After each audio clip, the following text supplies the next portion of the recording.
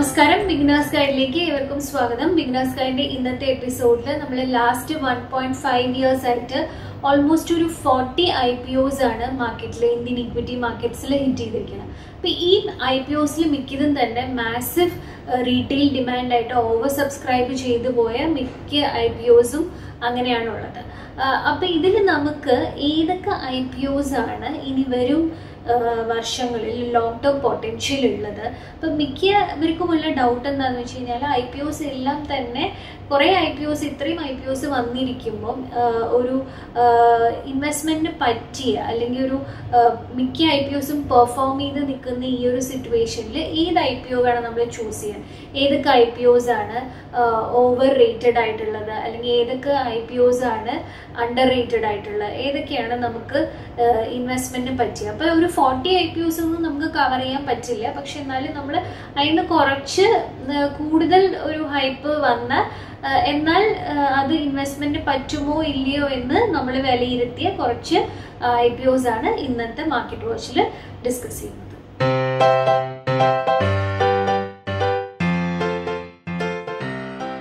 നമ്മൾ ആദ്യമായിട്ട് ഡിസ്കസ് ചെയ്യുന്നത് ഏറ്റവും കൂടുതൽ ഒരു ഹൈപ്പ് കിട്ടിയ ഒരു IPOനെ കുറിച്ചാണ്. ആദ്യം സൊമാറ്റോ ലിമിറ്റഡിന്റെ IPO ആണ്. എല്ലാവർക്കും അറിയാം, അത് ആ ബ്രാൻഡ് നെയിം കൊണ്ട് മാത്രം. സൊമാറ്റോ എന്ന് പറഞ്ഞു കഴിഞ്ഞാൽ ഇപ്പോഴത്തെ ഒരു കോവിഡ് സമയത്ത് ഏറ്റവും കൂടുതൽ ഹൈപ്പ് കിട്ടിയ ഒരു ഓൺലൈൻ ഫുഡ് സർവീസ് പ്ലാറ്റ്ഫോമാണ്. ബിക്കോസ് അതിൽ ഒന്നാമത് അവർ leading online food service platform കൂടിയാണ്. പക്ഷെ അതിനു പുറമെ ഈ ഒരു സമയത്ത് ഏറ്റവും കൂടുതൽ ആൾക്കാർ ഫുഡ് ഓൺലൈനിൽ ഓർഡർ ചെയ്യും. കാരണം റെസ്റ്റോറൻറ്റ്സിലൊന്നും പോകാൻ പറ്റാത്തൊരു സിറ്റുവേഷനും അങ്ങനെയൊക്കെ ആകുമ്പോൾ കൂടുതൽ ആൾക്കാരും ഓൺലൈനിൽ ഫുഡ് ഓർഡർ ചെയ്യും ഒക്കെ ചെയ്യുമ്പം ഭയങ്കര ഒരു ഗ്രോത്ത് പ്രോസ്പെക്ട്സ് ഉണ്ടായിട്ടുള്ള ഒരു കമ്പനിയാണത്. പക്ഷെ ഇതിൻ്റെ ഒന്നാമത് അവർ റേസ് ചെയ്ത ഫണ്ട് എന്ന് പറഞ്ഞാൽ ഭയങ്കര ഹ്യൂജ് ഫണ്ടാണ്. പക്ഷെ ആരും അത് ഫുള്ളി സബ്സ്ക്രൈബ്ഡ് ആയി പോകും അല്ലെങ്കിൽ ഓവർ സബ്സ്ക്രൈബ്ഡ് ആയി പോകുന്നൊന്നും വിചാരിച്ചിട്ടില്ല. പക്ഷെ എല്ലാവരെയും ആക്ച്വലി ഞെട്ടിച്ചുകൊണ്ട് ഭയങ്കരമായിട്ട് ഓവർ സബ്സ്ക്രൈബ്ഡ് ആയി പോയി. അതുപോലെ തന്നെ ഭയങ്കര ലിസ്റ്റിംഗ് ഗെയിൻ കൂടെ കിട്ടിയ ഒരു IPO ആണത്.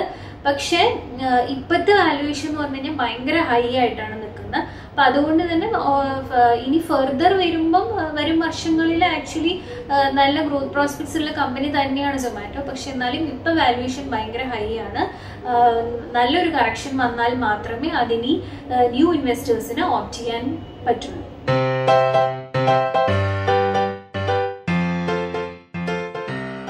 അടുത്ത് നമ്മൾ ഡിസ്കസ് ചെയ്യുന്നത് ഗ്ലാൻഡ് ഫാർമയുടെ IPO ആണ്. ഗ്ലാൻഡ് ഫാർമ ആക്ച്വലി നമ്മളൊരു 8 IPOs ആണ് ഇന്ന് ഡിസ്കസ് ചെയ്യുന്നത്. അതിൽ നമ്മൾ അത്യാവശ്യം കുഴപ്പമില്ല, നല്ല ഗ്രോത്ത് പ്രോസ്പെക്ട്സ് ഉണ്ട് എന്ന് വിശ്വസിക്കുന്ന ഒരു IPO കൂടിയാണിത്. ഈ കമ്പനി ആക്ച്വലി ഒരു ഇൻജെക്റ്റബിൾ ഫോക്കസ്ഡ് കമ്പനിയാണ്, അതായത് മെഡിക്കൽ ഇൻജെക്റ്റബിൾസ്. അപ്പോൾ ഇന്നത്തെ ഒരു സിറ്റുവേഷനിൽ വളരെയധികം ഡിമാൻഡുള്ള ഒരു പ്രോഡക്ട്സ് ആണ് ഇവർ സെല്ല് ചെയ്യുന്നത്. അതുപോലെ തന്നെ ഇതിൻ്റെ ആകെ ഒരു ഇഷ്യൂ എന്താണെന്ന് വെച്ച് കഴിഞ്ഞാൽ ഇതിൻ്റെ മേജർ ഒരു സ്റ്റേക്ക് ഹോൾഡ് ചെയ്യുന്നത് ഒരു ചൈന കമ്പനിയാണ്. സോ അപ്പോൾ അതുകൊണ്ട് എന്തെങ്കിലും പൊളിറ്റിക്കൽ ഇഷ്യൂസ് ഇല്ലാതിരിക്കുന്നിടത്തോളം ഈ കമ്പനിക്ക് വലിയ കുഴപ്പമൊന്നും വരാനുള്ള ചാൻസസ് ഇല്ല. അതുപോലെ തന്നെ ഒരു ഫിനാൻഷ്യൽ ഇയർ 20 to 23 വരെയും നല്ലൊരു സെയിൽസ് ഗ്രോത്ത് ആണ് നമ്മൾ ഈ കമ്പനിക്ക് എക്സ്പെക്ട് ചെയ്യുന്നത്. ഓൾമോസ്റ്റ് ഒരു 25% സെയിൽസ് ഗ്രോത്ത് എങ്കിലും ഫിനാൻഷ്യൽ ഇയർ 23 ആകുമ്പോഴേക്കും ഉണ്ടാവുമെന്നാണ് പ്രതീക്ഷിക്കുന്നത്. അപ്പം അതുകൊണ്ട് തന്നെ ഈ ഒരു സ്റ്റോക്ക് വാല്യുവേഷൻ അത്ര കൂടുതലുമല്ല. അപ്പം ഇത് ഓപ്റ്റ് ചെയ്യാൻ പറ്റിയ ഒരു IPO ആണ്.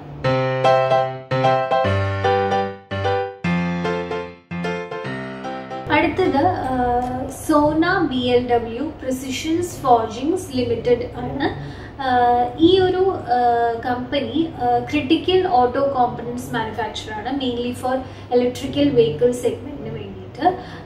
ഇത് ശരിക്കും പറഞ്ഞു കഴിഞ്ഞാൽ ഈ ഒരു കമ്പനി വളരെയധികം പ്രോസ്പെക്റ്റ് ഉള്ളൊരു ഏരിയയിലാണ് ഇവർ വർക്ക് ചെയ്യുന്നതെങ്കിലും ഈ ഒരു സെഗ്മെന്റിൽ കോമ്പറ്റീറ്റേഴ്സ് ഒരുപാടുണ്ട്. അതുപോലെ തന്നെ ഏതൊരു കമ്പനിക്കും വളരെ പെട്ടെന്ന് തന്നെ ഈ ഒരു മാർക്കറ്റിൽ എൻ്റർ ചെയ്യാൻ പറ്റുന്ന ഒരു ഏരിയയിലും കൂടെയാണ് ഇവരുള്ളത്. അപ്പൊ അതുകൊണ്ട് തന്നെ വളരെ ഒരു ഹൈപ്പ് ഉള്ള ഒരു കമ്പനി അല്ല, പക്ഷെ ഒരു ഹൈപ്പ് അത്യാവശ്യം കിട്ടിയ ഒരു IPO ആണ്. പക്ഷെ വളരെ ഒരു ഗ്രോത്ത് പ്രോസ്പെക്ട്സ് ഉള്ളതായിട്ട് നമുക്ക് ഫീൽ ചെയ്തിട്ടില്ല. കാരണം ഏതൊരു കമ്പനിക്കും ഈ ഒരു ഫീൽഡിൽ എൻ്റർ ചെയ്യാം, പിന്നെ ഒരുപാട് കോമ്പറ്റീറ്റേഴ്സ് വേറെയും ഉണ്ട്.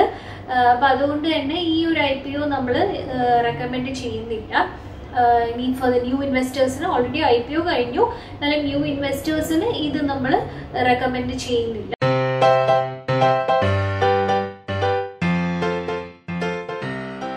അടുത്ത company clean science and technology limited ആണ്. ഈ ഒരു IPO നമ്മൾ ആക്ച്വലി റെക്കമെൻഡ് ചെയ്യുന്ന ഒരു IPO ആണ്. ബിക്കോസ് ഇവർ ഒരു ലീഡിങ് സ്പെഷ്യാലിറ്റി കെമിക്കൽസ് മാനുഫാക്ചറർ ആണ് ഗ്ലോബലി. അതുപോലെ തന്നെ ഇവര് ഡെവലപ്പിംഗ് ഗ്രീൻ കെമിക്കൽസിൽ കൂടുതലും ഫോക്കസ് ചെയ്യുന്ന ഒരു കമ്പനിയാണ്. അപ്പോൾ ഒരു നിഷി സെഗ്മെന്റ് ആണ്, അധികം പ്ലേയേഴ്സ് ഇല്ലാത്തൊരു മാർക്കറ്റിലാണ്. സോ അപ്പോൾ അതുകൊണ്ട് തന്നെ വളരെയധികം ഗ്രോത്ത് പ്രോസ്പെക്ട്സ് ഉള്ള ഒരു കമ്പനി കൂടിയാണ്. ഓവർ ദ ഇയേഴ്സ് അവർക്ക് നല്ല റവന്യൂ ഗ്രോത്തും ഉണ്ടായിട്ടുണ്ട്. അതുപോലെ തന്നെ ഇപ്പൊ ചൈനയിലൊക്കെ തന്നെയും ഈ കെമിക്കൽ കമ്പനീസ് ഒക്കെ ഷട്ട് ഡൗൺ ചെയ്യുകയാണ്. കെമിക്കൽ മാനുഫാക്ചറിങ് അവർ ഷട്ട് ഡൗൺ ചെയ്യുകയാണ് കൂടുതലും. കാരണം അതൊരു അൺഓർഗനൈസ്ഡ് ആയിട്ടുള്ളൊരു സെഗ്മെന്റ് ആയിരുന്നു. അവിടെ കൂടുതൽ ഈ വളരെ എന്താ പറയുക ലോ ലെവലിൽ നടക്കുന്ന ഒരു മാനുഫാക്ചറിങ് ആണ് കെമിക്കൽ മാനുഫാക്ചറിങ്. അപ്പം അതുകൊണ്ട് തന്നെ പൊല്യൂഷൻ അവിടെ ഭയങ്കരമായിട്ട് കൂടുന്നത് കൊണ്ടും അവര് അത് ഈ ഒരു കെമിക്കൽ മാനുഫാക്ചറിങ് ഭയങ്കരമായിട്ട് കുറച്ചിരിക്കുകയാണ് ചൈനയിൽ. അപ്പം അതുകൊണ്ട് തന്നെ ഈ ഒരു സെഗ്മെന്റ് വളരെയധികം ഗ്രോത്ത് പ്രോസ്പെക്ട്സ് ഈ ഇതുപോലുള്ള കമ്പനീസിനുണ്ട്, കെമിക്കൽ മാനുഫാക്ചറിങ് കമ്പനീസിന്. സോ അതുകൊണ്ട് തന്നെ വളരെ ഗ്രോത്ത് പ്രോസ്പെക്ട്സ് ഉള്ള കമ്പനിയാണ്. സോ അപ്പം അത് നിങ്ങൾക്ക് കുറച്ചായിട്ട് അക്യുമുലേറ്റ് ചെയ്ത് സൂക്ഷിക്കാം ഫോർ ലോങ് ടേം ഇൻവെസ്റ്റ്മെന്റ്.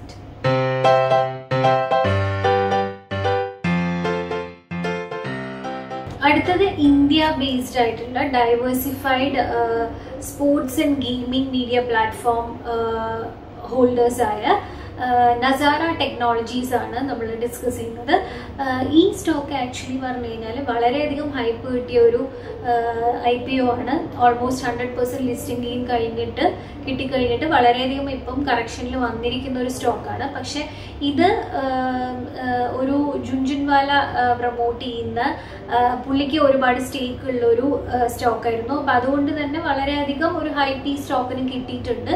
അതുപോലെ തന്നെ ഇപ്പോഴാണെങ്കിലും പുള്ളിയുടെ ഒരു മൊമെന്റത്തിനനുസരിച്ചിട്ടാണ് ഈ സ്റ്റോക്ക് ആക്ച്വലി പ്ലേ ചെയ്യുന്നത്. വളരെ പ്രോമിസിങ് ആയിട്ടുള്ള ഇതിന് നോർത്ത് അമേരിക്കയിലും ആഫ്രിക്കയിലും ഒക്കെ പ്രസൻസ് ഉള്ളൊരു കമ്പനിയാണ്. പക്ഷെ എന്നാലും ഇന്ത്യ കൂടാതെ ഇവിടെയൊക്കെ പ്രസൻസ് ഉള്ള കമ്പനീസ് ആണ്. പക്ഷെ എന്നാലും വളരെയധികം ഗ്രോത്ത് പ്രോസ്പെക്ട്സ് ഉള്ള ഒരു കമ്പനിയൊന്നും അല്ല. പക്ഷെ ഭയങ്കര ഹൈപ്പ് കിട്ടിയ ഒരു IPO ആണ്.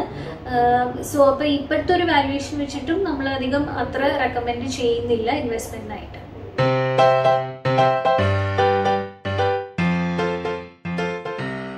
അടുത്തത് space technology, high end engineering, ഇതിലൊക്കെ ഫോക്കസ് ചെയ്യുന്ന MTAR ടെക്നോളജീസ് ലിമിറ്റഡ് ആണ്. ഇതും നമ്മൾ റെക്കമെൻഡ് ചെയ്യുന്ന ഒരു IPO ആണ്. ഇപ്പോഴത്തെ പോയിന്റിൽ ഇൻവെസ്റ്റേഴ്സിന് പരിഗണിക്കാവുന്ന ഒരു സ്റ്റോക്കാണിത്. കാരണം ഇത് ഒരു നാഷണൽ ഇമ്പോർട്ടൻസ് ഉള്ള, അതായത് ഹൈ എൻട്രി ബാരിയേഴ്സ് ഉണ്ട് ഈ ഒരു സെഗ്മെന്റിലേക്ക് വരാൻ. അപ്പോൾ കൂടുതൽ പ്ലേയേഴ്സ് ഒന്നും ഈ ഒരു സെഗ്മെന്റിലേക്ക് പെട്ടെന്ന് വരാനുള്ള ചാൻസസ് ഇല്ല. പിന്നെ നാഷണൽ ഇമ്പോർട്ടൻസ് ഉള്ള ഒത്തിരി പ്രോജക്ട്സ് ആണ് ഇവർ ഹാൻഡിൽ ചെയ്യുന്നത്. അതുപോലെ തന്നെ നല്ലൊരു പ്രോഡക്റ്റ് പോർട്ട്ഫോളിയോ അവർക്ക് ഉണ്ട് ഓൾറെഡി. പിന്നെ നല്ല റവന്യൂ ഗ്രോത്തും ഉണ്ട്. അപ്പോൾ ഇനി ഒരു വരും കാലത്തിൽ നല്ലൊരു ഗ്രോത്ത് ഓപ്പർച്യൂണിറ്റീസ് ഉള്ളൊരു കമ്പനിയാണ്. അപ്പോൾ തീർച്ചയായിട്ടും ഇൻവെസ്റ്റ്മെന്റ് ആയിട്ട് പരിഗണിക്കാം.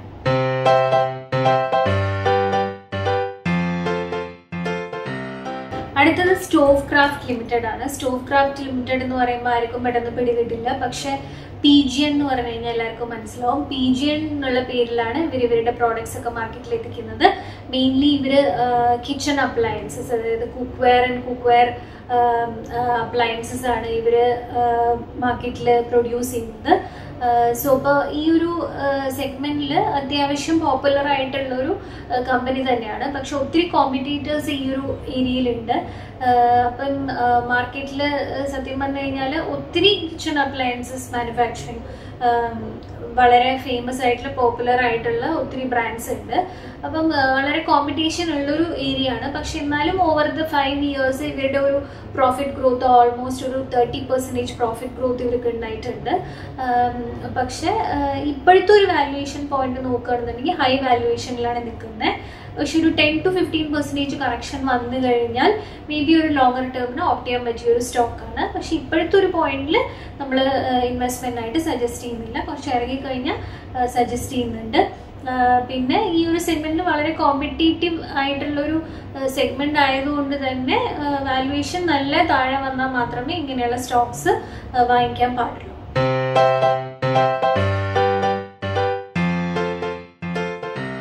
അടുത്തത് home health care and wellness products മാനുഫാക്ചറായ യുറേക്ക ലിമിറ്റഡ് ആണ് നമ്മൾ ഡിസ്കസ് ചെയ്യുന്നത്. ഇത് ആക്ച്വലി ഇവരുടെ വെൽനെസ് പ്രോഡക്ട്സ് എല്ലാം തന്നെയും ഇവര് സ്വന്തമായിട്ട് പ്രൊഡ്യൂസ് ചെയ്യുന്നില്ല. ഇവരൊരു മീഡിയേറ്റർ ആയിട്ട് ഒരു ആക്ട് ചെയ്യുന്നു എന്നേ ഉള്ളൂ. ഇവരുടെ പ്രോഡക്ട്സ് എല്ലാം തന്നെ ഇവർ ചൈനയിൽ നിന്ന് ഇമ്പോർട്ട് ചെയ്തിട്ട് ഇവരുടെ ഡോക്ടർ ട്രസ്റ്റ് എന്ന് പറഞ്ഞ ബ്രാൻഡിൽ ഇവിടെ മാർക്കറ്റ് ചെയ്യാണ് ചെയ്യുന്നത്. അതുകൊണ്ട് തന്നെ വളരെയധികം ഗ്രോത്ത് പ്രോസ്പെക്ട്സ് ഉള്ള ഒരു കമ്പനിയൊന്നും അല്ല. പക്ഷേ ഈ ഒരു ഹെൽത്ത് കെയർ സെഗ്മെന്റ് വളരെ നന്നായിട്ട് പെർഫോം ചെയ്യുന്നൊരു സാഹചര്യത്തിൽ കുറച്ച് ഹൈപ്പ് കിട്ടിയ ഒരു IPO ആണ് ഇവരുടെ. പക്ഷെ നമ്മൾ ഒട്ടും റെക്കമെൻഡ് ചെയ്യുന്നില്ല ഇൻവെസ്റ്റ്മെന്റ് ആയിട്ട്. കാരണം ഇത് അവരുടെ ഓൺ പ്രൊഡക്ഷൻ അല്ല, പിന്നെ ചൈന റിലേറ്റഡ് ഒരു ഇതായതുകൊണ്ട് എന്തെങ്കിലും പൊളിറ്റിക്കൽ ഇഷ്യൂസ് ഉണ്ടായി കഴിഞ്ഞു കഴിഞ്ഞാൽ വളരെയധികം ബാധിക്കാവുന്ന അവരുടെ പ്രൊഡക്ഷനെയും അവരുടെ ഇമ്പോർട്ടിനെയും വളരെയധികം ബാധിക്കാവുന്ന ഒരു കമ്പനിയാണ്. പക്ഷെ ഇപ്പോഴത്തെ ഒരു സാഹചര്യത്തിൽ കുറച്ച് ഹൈപ്പ് കിട്ടിയിട്ടുണ്ട്. കാരണം ഹെൽത്ത് കെയർ സെഗ്മെന്റ് ഒട്ടാകെ തന്നെയും വളരെയധികം നന്നായിട്ട് പെർഫോം ചെയ്യുന്നത് കൊണ്ട് കുറച്ച് ഹൈപ്പ് കിട്ടിയിട്ടുള്ള ഒരു കമ്പനിയാണ്. പക്ഷെ ഒരു ഇൻവെസ്റ്റ്മെന്റിന് പറ്റിയ ഒരു കമ്പനിയായിട്ട് നമ്മൾ സജസ്റ്റ് ചെയ്യുന്നില്ല.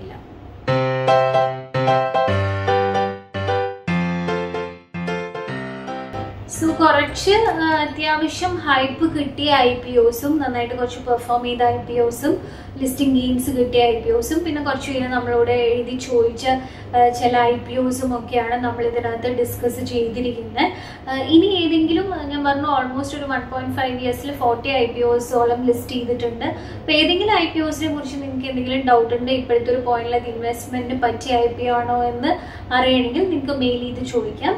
അപ്പോൾ എന്തെങ്കിലും ഡൗട്ട്സ് ഉണ്ടെങ്കിൽ താഴെ സ്ക്രോൾ ചെയ്ത് കാണിക്കുന്ന മെയിൽ ID നിങ്ങൾ മെയിൽ അയച്ച് ചോദിക്കുക.